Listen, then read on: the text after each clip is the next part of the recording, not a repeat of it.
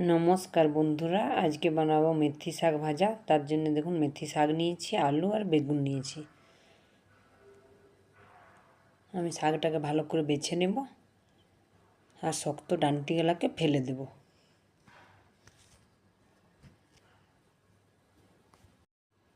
দেখুন শাকটা বেছে নিয়েছি, এরপরে শাকটা আমি ছোট ছোট করে কেটে নেব।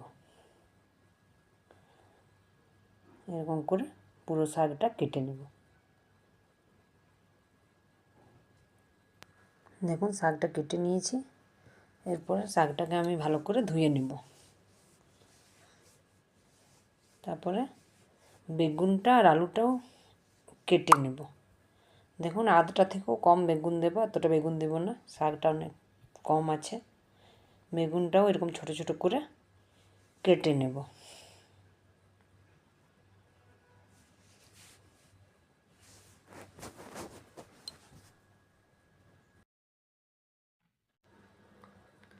দেখুন বেগুনটা কাটা হয়ে গেছে।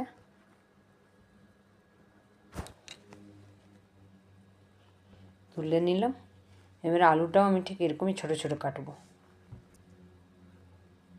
আপনারা চাইলে বেগুন নাও দিতে পারেন, আলু দিয়েও ভালো লাগে। এটা আমি এই নিরামিষ ভাজা করব, এর মধ্যে কোনো রসুন পেঁয়াজ দেব না। দেখুন এরকম করে কেটে নেব। কাটাটা হয়ে গেছে, এবারে রান্নাটা করব। দেখুন কড়াইটা চাপিয়ে দিয়েছি, আমি এর মধ্যে তেল দেব। তেল দেওয়ার পরে কালো জিরে আর শুকনো লঙ্কা, দেখুন শুকনো লঙ্কাটা দিয়ে দিয়েছি। এরপর কালো জিরাটা দিয়ে দিব, একটু হালকা হলুদ দেব যাতে ছিটা না পড়ে আলুটা বা বেগুনটা। দেখুন এরপর আলুটা দিয়ে দেব। আলুটা দেওয়ার পরে একটু নেড়ে নেব। দেখুন এবারে বেগুনটার মধ্যে দিয়ে দেব।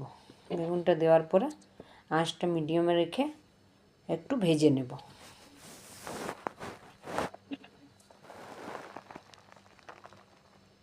দেখুন এটা মোটামুটি হয়ে গেছে। এরপরে এর মধ্যে হলুদ গুঁড়ো আর স্বাদ অনুসারে নুনটা দিয়ে দেব।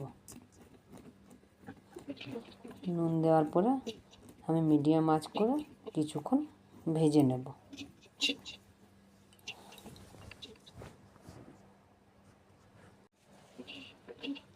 দেখুন ভাজাটা হয়ে গেছে।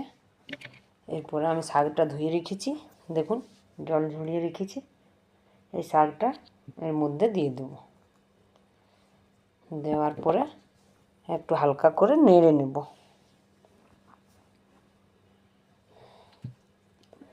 নাড়ার পরে আঁচটা একদম কম করে দেব আর প্রায় 10 মিনিটের মতন ঢাকা দেব।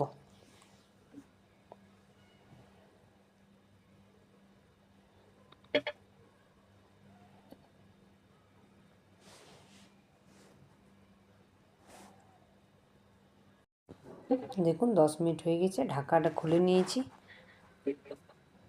দেখুন কতটা কম হয়ে এসছে শাকটা, জলও বেরিয়েছে একটু। একটু আমি ভালো করে নেড়ে নেব।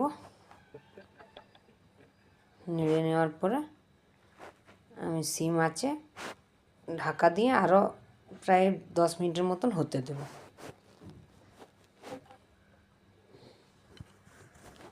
দেখুন ঢাকাটা খুলে দিচ্ছি, শাকটা হয়ে গেছে। এরপরে একটু নেড়ে নেব। এই শাকটা নিরামিষ বেশি ভালো লাগে, পেঁয়াজ রসুন দিলে একটা পেঁয়াজ রসুনের গন্ধ হয়ে যায়। মেথির গন্ধটা অতটা ভালো পাওয়াই যায় না, সেই জন্য নিরামিষই ভালো। দেখুন হয়ে গেছে, এরপর আমি ঢেলে নেব। যদি আপনাদের ভালো লাগে একটা লাইক করবেন, সাবস্ক্রাইব করবেন আর পুরো ভিডিওটা দেখার অনুরোধ রইল। আমার ভিডিও দেখার জন্য আপনাদেরকে অনেক অনেক ভালোবাসা। এটা গরম ভাতের সাথে খুব ভালো লাগে খেতে।